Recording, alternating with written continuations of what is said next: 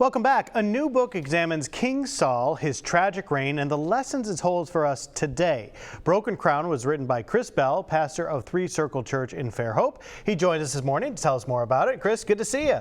Great to see you. It's an honor to be here. Well, we're grateful to have you here, and we're talking about this. This is the book right here, Broken Crown. We were talking during the commercial break about your inspiration to write the book, why you chose to write this book. Tell the folks at home a little bit about Broken Crown. Yeah, well, the reason I wrote Broken Crown is, number one, I love the Bible, and I think that a lot of people think the Bible is an old, stuffy book that maybe is not relevant today. But actually, it's very relevant, more relevant than we could ever imagine. And King Saul was the first king of Israel. His story is in the Old Testament, and the things he dealt with, because his kingdom was tragic. He was not a good king, but he was a normal human being.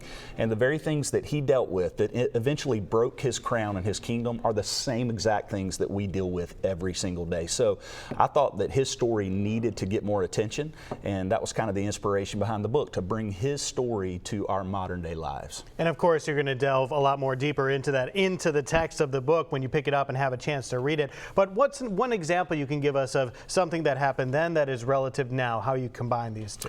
Well, absolutely. I think one big thing in his life is that King Saul had tons of potential. He was really good looking. He was really talented. I mean, all of the things in his life pointed to success. But what is true for him is true for us. Often we have so much potential that never gets realized. And he allowed character deficiencies in his life. He did not have integrity. He didn't always tell the truth. And he didn't have good self-discipline. And because of those things, and ultimately his distrust of God in the end, all of that potential was for nothing. And it ended up tearing his life apart. And I think that's true for us. It's the little things that end up becoming big things in our lives. And King Saul teaches us that we need to pay attention to the little things that pop up in our lives.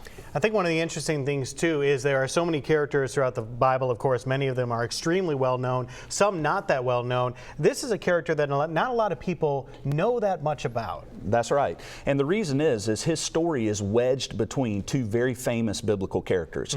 Probably the greatest prophet in the Old Testament potentially is Samuel, and then King David. And everyone knows King David, the guy that killed the giant, all of those things. So often King Saul just kind of gets pulled into their narrative. So what we wanted to do is bring him out, give him the floor for a little while, and let him tell his story, because I think it's a great story. Well, additionally too, it's not necessarily a positive story, but the way you spin it and tell the story and relate it to modern day life, that's another element that led you to want to write a book about him specifically. That's exactly right. I think that often we want the good stories, but actually we can learn so much from tragedy. It's the tough things that we learn the most from, and his is a tough story, but I think that it's one that we can learn so much from, and I think it just doesn't get the attention it needs. So the book really helps you understand how you can avoid the pitfalls that Saul fell into. And great event coming up this Sunday, correct? You're going to be at Page and Palette? Yeah, I'll be at Page and Palette, which is an incredible local bookstore in FAIRHOPE. And yeah, it's incredible. And would love to see some folks come out. Would love to have a conversation about the book. So if they come on out, going to be doing some book signings and things like that? Yeah, book signing, hopefully having conversations with people, and the book will be available there and at all the local bookstores and online. So. And what time is that book signing at? The book signing is 6 o'clock on Sunday. 5 to 6, I believe, is the range on that. So, all right, sounds good. We'll post that information on the website, Studio 10 tab at fox10tv.com. Chris Bell Live, you can get the book there. Amazon, lots of different places. We'll post all the information online. Thanks you so much for coming in. It was great. Thank you. Can't wait to check this out. We are back in the kitchen checking out what Lucy's making next. It's broccoli salad.